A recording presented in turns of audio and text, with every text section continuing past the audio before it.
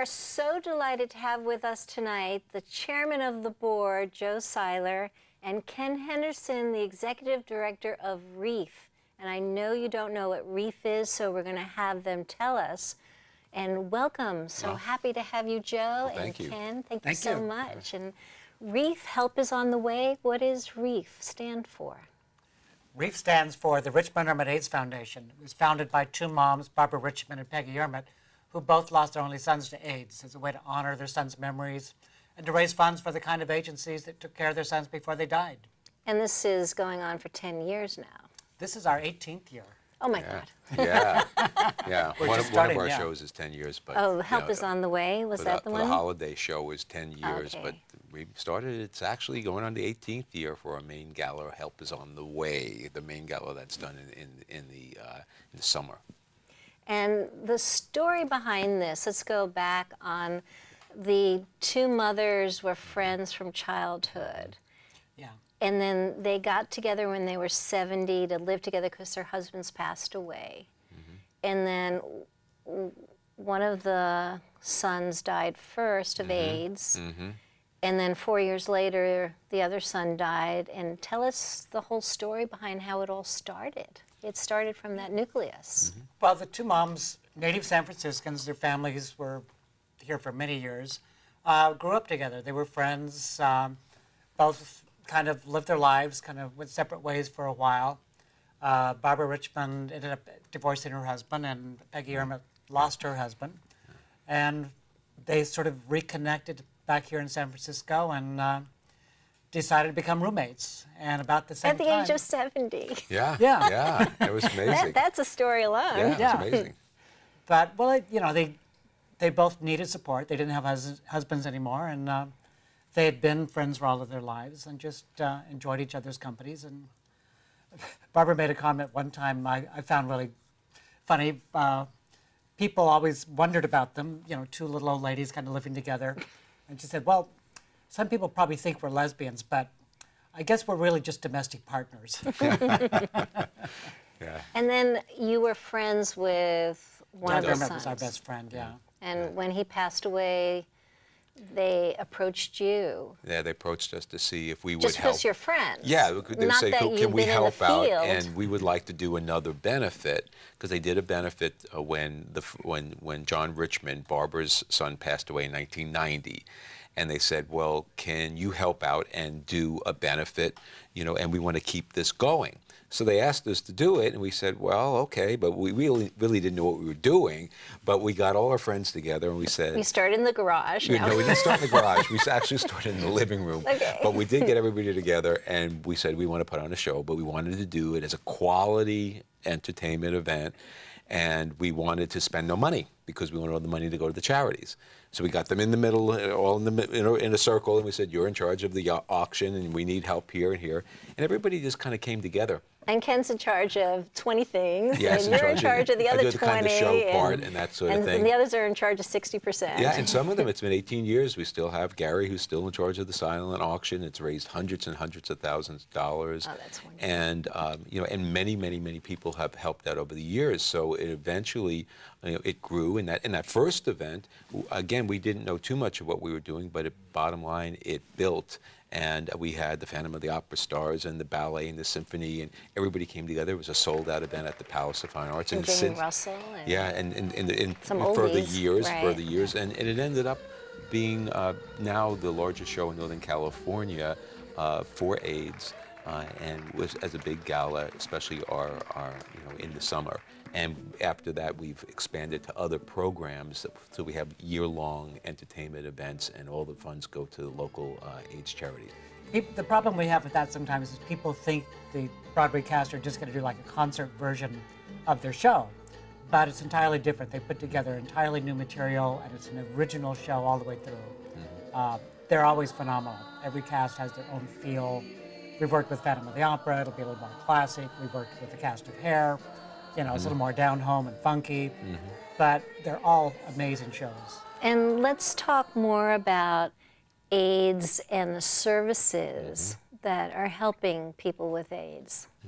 It's really kind of frightening what's going on right now because funding has been cut so much. Government funding, the whole economy is still recovering, and it's a really slow process.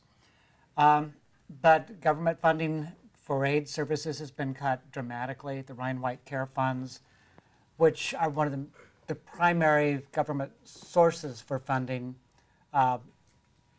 been redirected so that, I guess in an effort to be fair, the government was trying to redistribute funding so that not all the big cities was getting all the funding, although most of the people with AIDS are within the big cities. So it's been really dramatic for a lot of agencies. Several agencies have closed in the last couple of years that provided vital services.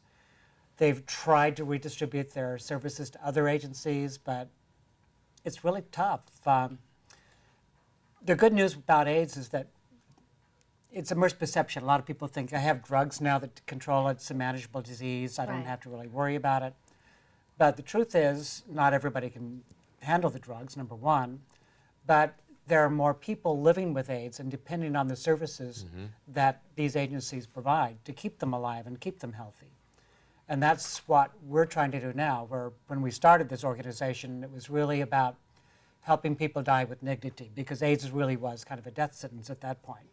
But it's not now, and it's really about helping people live with dignity, to give them hope and give them access to the kind of services that are available if we can continue to fund them. And what we've been doing is doing the shows, which also create awareness about the need, and that's the whole part of it. We entertain people, but we also let them know the need is still there. We touch them during the shows, and we bring people together to be able to volunteer and to be able to give back and keep it out into the public's eye, because people are starting to forget.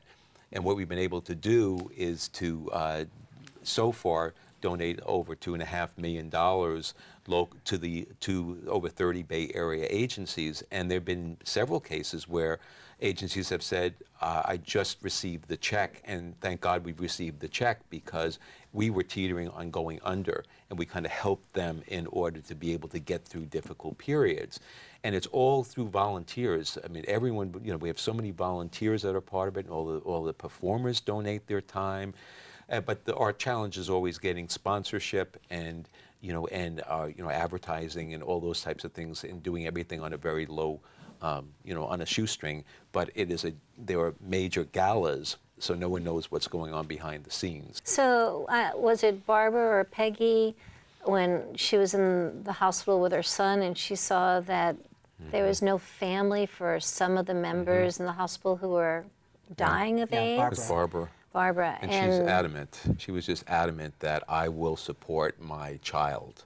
That was her whole thing, and she wanted to bring the message. And the first event that we ever did was the day after Mother's Day. It was the two mothers, and there were some of the performers. I remember Lisa Roman from Phantom of the Opera. Her mother came on and played piano for her. And it was just many things that were tied into mothers accepting their children. And that still does happen today. That the mothers don't. In the overall, Families, to kids some in family degree. areas, yeah. But years ago, when it was first started, there were many people that were just left and abandoned by their family when they found out that they were HIV positive or that they were AIDS. Yeah. And Barbara just stood up and said, I will not have that happen. So bottom line, that's what was started out of sort of the love of two mothers and their friends and making that whole thing happen. So Help Is on the Way had become kind of it's a whole family process, and we've had so many people, and we invite so many people to be a part of it, to help out, and with resources and those sort of things, because we're constantly looking for new resources, auction items, people to volunteer, all those types of things. And we're in San Francisco, but we also help the entire Bay Area. This is That's wonderful. something that's a good point to make, because the name Richmond Herman AIDS Foundation, so many people think we're based in Richmond or in the Richmond district. Right. So we're always not. trying to explain to people. It's the last names and the moms. Right. Yeah. Yes. And Right. Help Is on the Way. Why did you come up with that name? Well, that was really interesting, because there's a song called Help Is on the Way. And the song was recorded by a very close friend of ours, Nancy Lamott, who was a fabulous singer. David Friedman out of New York wrote the song, and he wrote it for Nancy, who was out doing AIDS benefits. And we knew Nancy very well. She did it in New York, and then she asked us, we asked her, could we utilize that as the theme for our events because it was so wonderful. And she came and sang it in our first event. And unfortunately, Nancy passed away 6 months after of cancer. And she was, it's like a whole web, the whole organization of people who have given back and been a part of it. So we've been so fortunate. It's a wonderful spider's web. It has been. Yeah. That I And we can continue see. to want to ask people to be a part of it because it. Well, this you show know, is helping. Yes. Yeah. Yes. Helping, bringing in, helping. Yes. Yeah. Help is on the way, hopefully, from our viewers too. And you have some dancing from the heart coming up. Yeah, and one of our other events is, our newest event is called Dances from the Heart. It's Bay Area dancers united in the fight against AIDS. And some of the dancers are from which companies? Well, Company C Contemporary Ballet, who was on our Christmas show that we had not long ago, and we've got Samoan Ballet. It's bringing together dancers from many of the top ballet and modern dance companies. This is also the first time that the companies are all coming together for AIDS, and we're very excited about it because it's just like with Help Is on the Way, all of the singers in Broadway, that whole world coming together. Now what we're attempting to do is to bring the whole dance community together in the fight also, because they're very willing to do it, and this is the first time that we've attempted to organize it. So we're very excited about that, and that's going to be another program. So we do the Dancers from the Heart, plus Help Is on the Way, Help Is on the Way for the holidays, and the one and only cabaret nights and receptions for our donors and all those types of things. So our viewers will be so happy to go to this party cabaret event, and I'm sure our viewers will be happy to help in any way that they can help, and we'll be leaving your website information if they want to know any more information. And thank you so much for coming. Oh, thank you so much. Joe and Ken, Thanks. thank you so much. Thank you. Thank you. So I did go to Help Is on the Way cabaret fundraiser, and it was so delightful. And one of the dancers, Oliver Friesen from Company C Ballet, was performing, and I have kidnapped him tonight to perform for us live. So sit back and watch this wonderful performance of Oliver Friesen.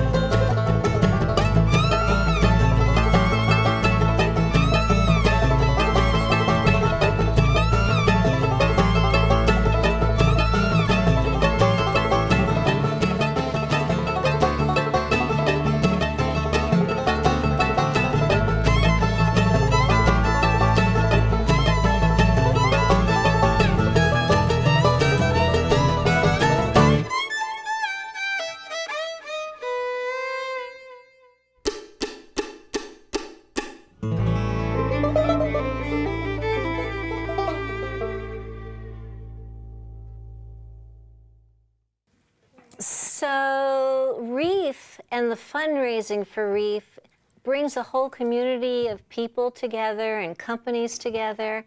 And we've brought also the Company C Ballet that also helps in fundraising with their performances. And tonight we're so lucky to have Charles Anderson, the director and choreographer of Company C Ballet, which is a Bay Area dance company. And come sit and watch an intro about this wonderful company, and then we'll be interviewing Charles Anderson. If you can force your heart, your nerve, your sinew to serve you long after they are gone, so hold on when there is nothing left within you, except the will with which to them says, hold on.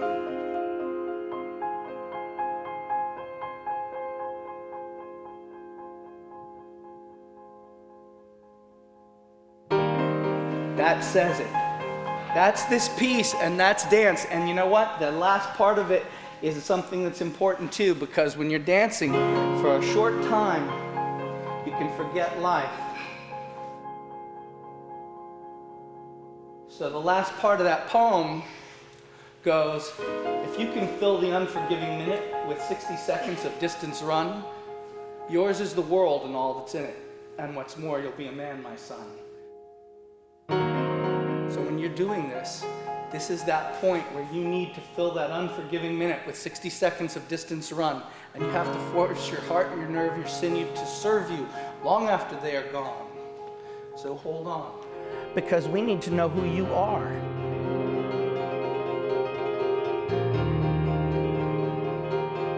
If you're not showing who you are, you're not dancing. That's what the public is looking for, life. You are breathing life into them. It has to be a little bit more raw, a little bit more full. You need to create your own story. You need to imbue it with something. So you've got to reach with the body. Reach like you're pulling out of something. So we really believe there's an intention. There's something that's driving you over there. Not just that, well, there's the step, you know? But that was so much better because I felt something. You know what I mean? If you don't move us, nobody cares. You guys are being nice. Don't be nice, right? Be men, right? Though the holes were rather small, they had to count them all. Now they know how many holes it takes to fill the outer hole. I'd love to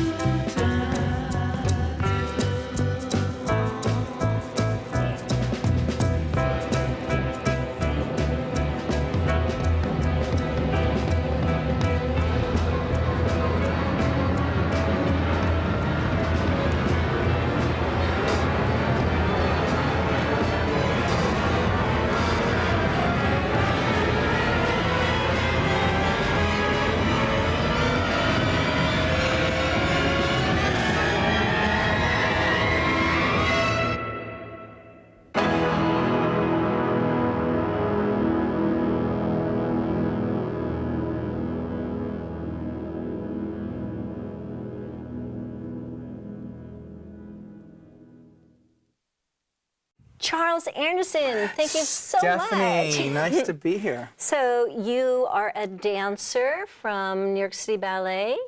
I was a dancer with New York City Ballet. No, you're always a dancer. Am I always a dancer? When you're a dancer, you're always a dancer. When you're an actor, you're always an actor. Well, I feel you dancer-ish. are a dancer. Yeah. You might not be Okay. dancing and performing right now, but you are a dancer. I just don't want people to look at me and go, if that's who's dancing in the company, I'm not sure I want to go, you know? Right.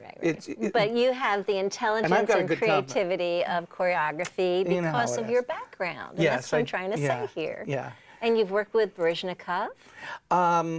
Yeah, I have worked with Baryshnikov, but that wouldn't be, let's say, the main body of my career. But in fact, Baryshnikov started a school. He wanted it to sort of be like the way they did in Russia. So he started a school when he was running American Ballet Theater that he chose 6 boys and 6 girls to come. And you were how old? I was about 16. And they offered to pay me a stipend to leave high school, and I was more than happy to, because even if they didn't pay you. right, but it was a really great school. There was, like I said, 6 boys, 6 girls, some of the major names in the dance world teaching class, and we taught we took like 5 classes a day. So, you know, we had everything from ballet class to mime to anything that had to do with, you know, modern class, jazz class, everything. And it was a great learning year. You also went to high school performing arts. I went to high school performing arts. I went to, I studied at the School of American Ballet Theater School, the Joffrey School, San Francisco Ballet School. Most of your major institutions of dance at some point. Now, dance is in your blood. Yeah. Because your parents were Yeah. dancers. My mother and father were principal dancers with the San Francisco Ballet. In fact, my father was the first cavalier in the first televised Nutcracker in, I think, circa 1960 with Cynthia Gregory, who, of course, went on to become a major star. So they were the first Sugar Plum and Cavalier that was on television. And then my parents went on to join American Ballet Theater. Was that on Ed Sullivan?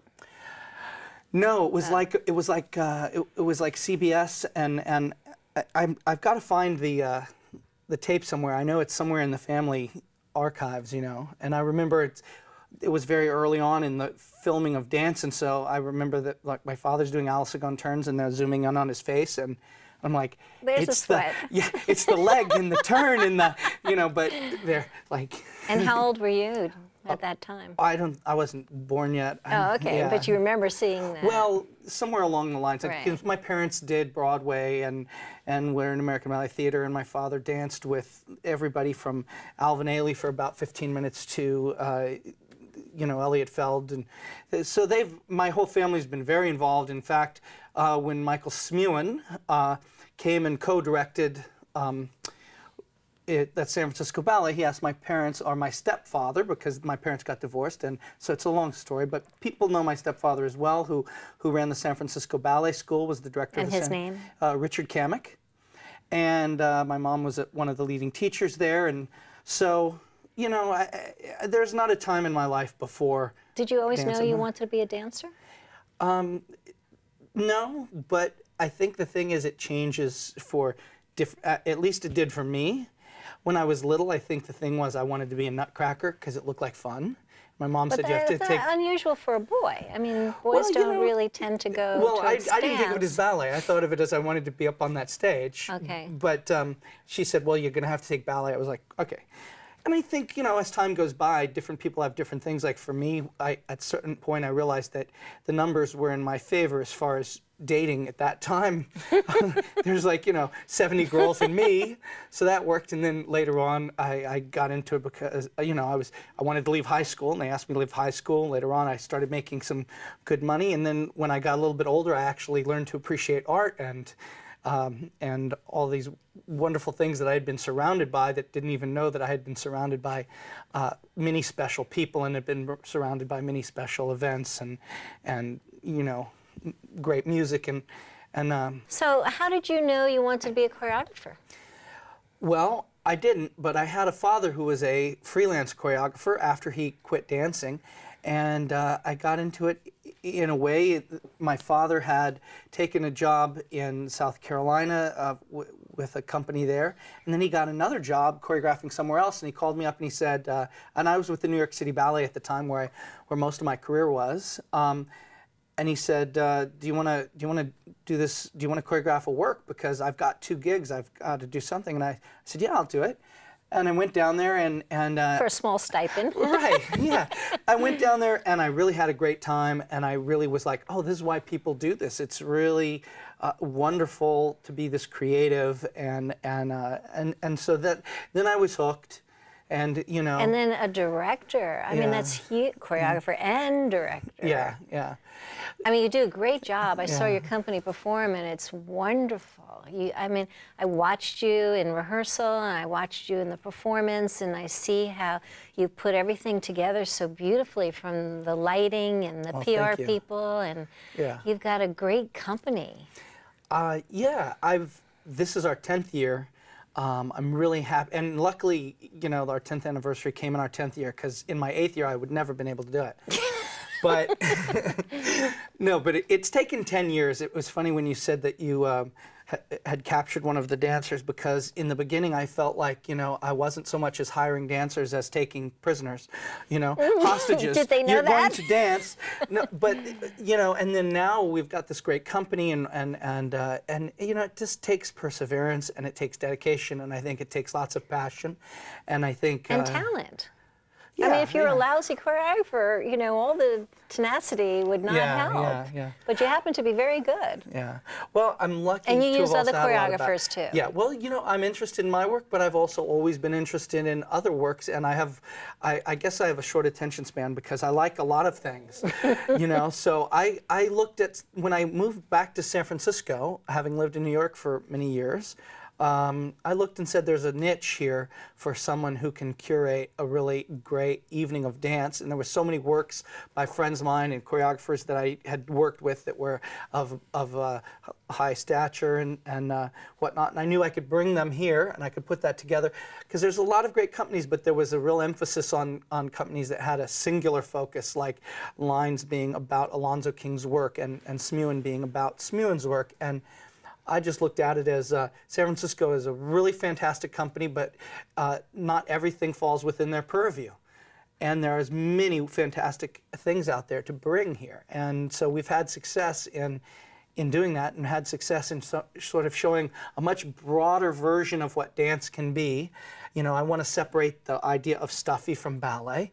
It's not, but people can think that way. People sometimes will think that there's some story that they're missing, or they'll feel funny about going to an abstract ballet. And I'm like, my mission here is to let you know that there's not like this hidden secret going on. And you know, if you can balance your art and your entertainment, you know, you can have a really great evening. And I think it's also important just on a broader sense, because you know, this is where imagination starts coming in, and imagination is where, you know, human beings start bringing our better self forward, you know. And so that's why I think that sort of non-linear thought and not necessarily being pop art, you know, but bringing art that's going to last through the years and bring our imaginations out. And I think when I talk about it, sometimes my favorite quote is Albert Einstein, when he goes, "Imagination is more important than knowledge, because knowledge only tells us the things we know." So, you know, imagination is the lines in between the book, you know. And this is a great way to wrap it up. Okay, because we're we wrapped. have to. But Einstein and Charles Anderson, thank you so much. Yes. Love it. Thank you so much for joining us on the Stephanie Herman Show. And help is on the way because of you. And thank you so much for helping us. See you real soon now. Bye-bye.